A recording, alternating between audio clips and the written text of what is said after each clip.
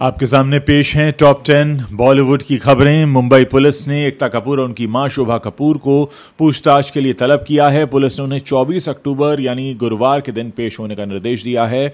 2 दिन पहले एकता और उनकी मां शोभा कपूर के खिलाफ मुंबई में एक केस दर्ज किया गया था। यह case OTT platform alt Balaji की वेब सीरीज गंदी बात के सीजन 6 से जुड़ा हुआ है।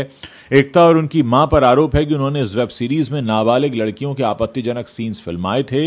हालांकि यह विवादित एपिसोड इस समय इस ऐप पर स्ट्रीम नहीं हो रहा है। अब इस मामले को लेकर एकता की प्रोडक्शन कंपनी की तरफ से भी एक स्टेटमेंट आ गया है। Alt digital media entertainment limited ने एक स्पष्टीकरण जारी किया और कहा है कि शूटिंग के दौरान प्रोडक्शन कंपनी सभी कानूनों का पालन करती रही है। नाबालिगों के मामले में भी जो भी जानकारी सामने आई है वो गलत है। कंपनी की ओर से यह भी कहा गया है कि शोभा कपूर और एकता कपूर रोजाना सेट पर मौजूद नहीं होती हैं। उनकी गैर मौजूदगी में कुछ टीमें बनाई गई हैं जो सारे काम को संभालती हैं। हालांकि ये मामला अदालत में है और कंपनी को न्यायपालिका पर पूरा विश्वास है और उन्होंने साथ में भी कहा है कि हम जांच एजेंसी को पूरा सहयोग करेंगे। रोहित शेट्टी की फिल्म सिंघम अगेन में सलमान खान की एंट्री अब कंफर्म हो गई है। फिल्म में वो चुलबुल पांडे के रूप में सिंघम का साथ देते नजर आएंगे।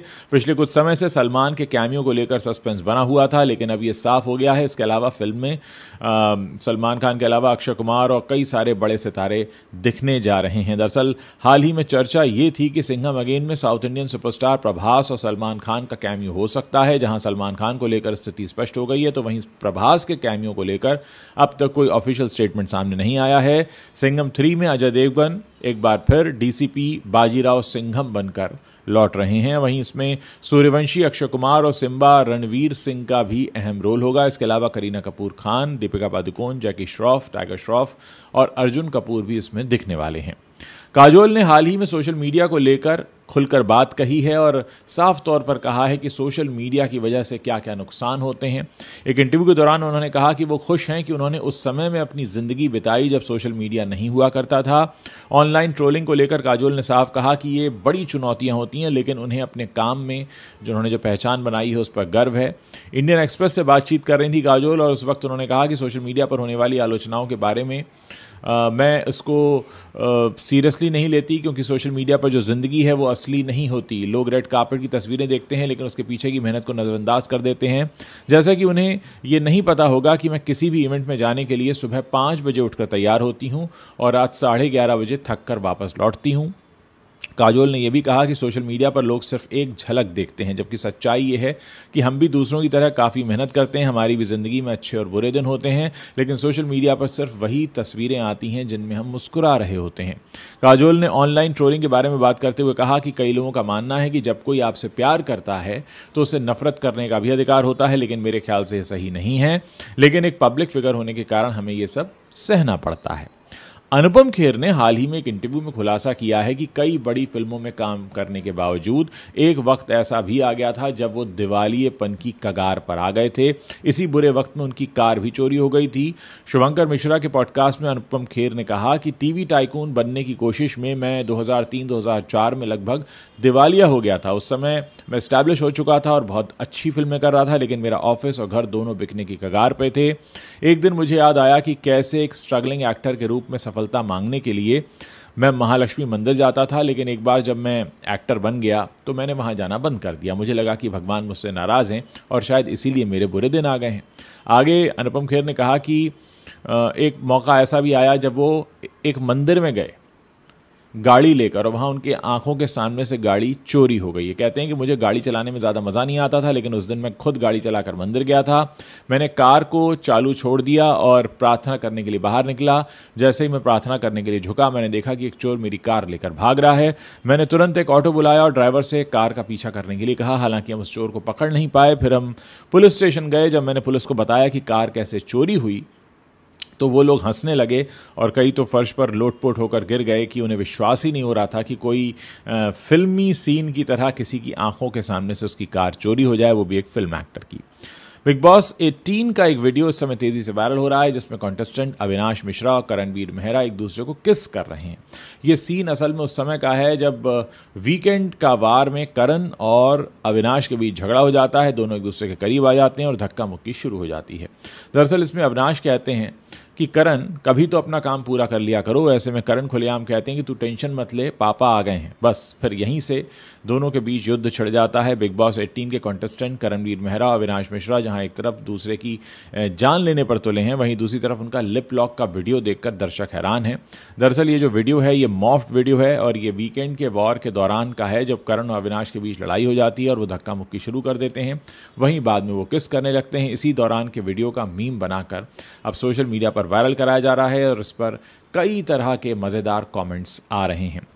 सारा अली खान हिमाचल प्रदेश पहुंच चुकी हैं, मनाली में हैं और ब्यास नदी के तट पर उनके कई सारे पिक्चर्स उन्होंने पोस्ट किए हैं अपनी इंस्टाग्राम स्टोरी में। और असल में ये वहाँ पहुंची एक फ़िल्म की शूटिंग करने के लिए। इसमें उनके साथ आयुष्मान खुराना भी काम कर रहे हैं। आयुष्मान खुराना पहले ही पहुंच चुके हैं और लाहौल और स्पीति के इलाके में उनकी शूटिंग शुरू हो चुकी है। और सारा अली खान जो हैं वो एक बार फिर से हिमाचल में अपनी बहुत सारी पिक्चर्स पोस्ट कर रही हैं। मनाली से करीब 10 किलोमीटर दूर रोहतांग रोड पर एक होटल है जहां पर सारा को रुकाया गया है और उधर आयुष्मान जो हैं वो एक हफ्ते से लाहौल में शूटिंग कर रहे हैं।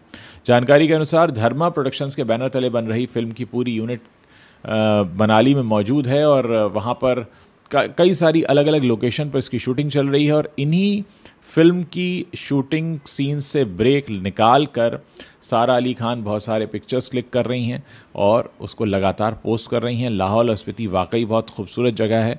आप में से अगर कुछ लोग गए होंगे तो आप जानते होंगे कि यहाँ पर बहुत सारे लोग हर साल छुट्टियाँ मनाने जाते हैं। रियलिटी शो लाफ्टर शेफ्स अब अगले साल जनवरी 2025 में अपने सीज़न 2 के साथ लौट रहा है।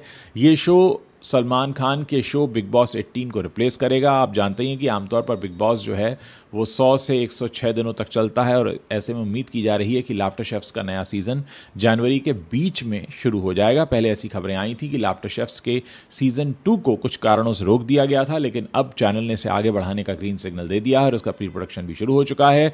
इस शो को ऑप्टिमिस्टिक्स एंटरटेनमेंट बना रहा है जो पहले सीजन का भी प्रोड्यूसर था। आपको बता दें कि लाफ्टर शेफ सीजन 1 का आखिरी एपिसोड 4 अक्टूबर को टेलीकास्ट हुआ था।